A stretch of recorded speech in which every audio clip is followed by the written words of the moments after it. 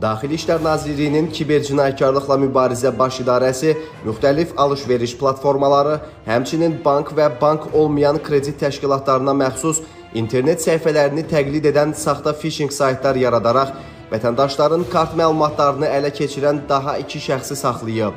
Kiberpolisin keçirdiyi əməliyyat axtarış və texniki tədbirlərlə qeyd olunan cinayət əməllərini törətməkdə şübhəli bilinən Məhəmməd İbadov və Hüseyn Kazımov məsuliyyətə cəlb ediliblər.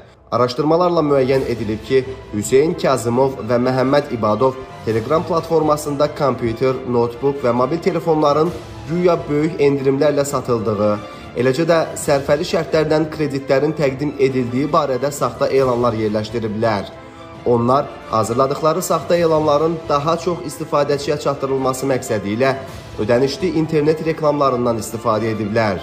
Elanlara daxil olan vətəndaşlar endirimli xidmətlərdən yararlanacaqlarını düşünərək, saxta səhifələrdə bank kartı məlumatlarını daxil etdikdən sonra bu informasiyalar dərhal şübhəli şəxslərin əlinə keçib.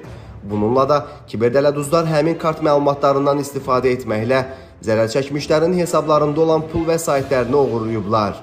Onlar ifşa olunmamaq üçün vəsaitləri müxtəlif mərc oyunları platformalarına və ya faktiki olaraq nəzarətlərində olan kartlara köçürüblər. Alış-veriş tipli phishing saytları yaratmışıq.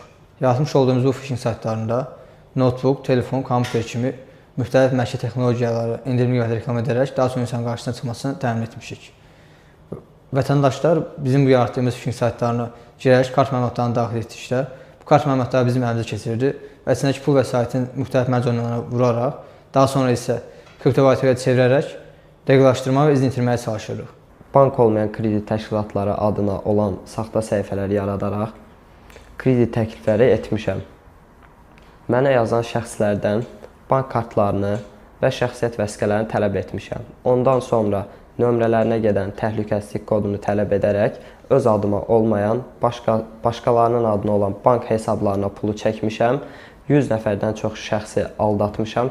Hüseyn Kazımov və Məhəmməd İbadovun bu üsulla yüzlərlə vətəndaşa maddi ziyan vurduqları müəyyən edilib. Faktla bağlı Baş İdarədə Cinayət Məcəlləsinin müvafiq maddələri ilə cinayət işi başlanılıb. Onların törətdikləri əlavə analoji faktların, eləcə də cinayət sxemində iştirak etmiş digər şəxslərin müəyyən olunaraq məsuliyyətə cəlb edilmələri istiqamətində tədbirlər davam etdirilir. Bir daha vətəndaşlara müraciət edərək bildiririk ki, internet üzərindən təqdim olunan endirimli satış və ya sərfəli kredit təklifləri ilə rastlaşan zaman ehtiyatlı olsunlar. Bank kartı məlumatlarını yalnız rəsmi internet səhifələrinə daxil etsinlər.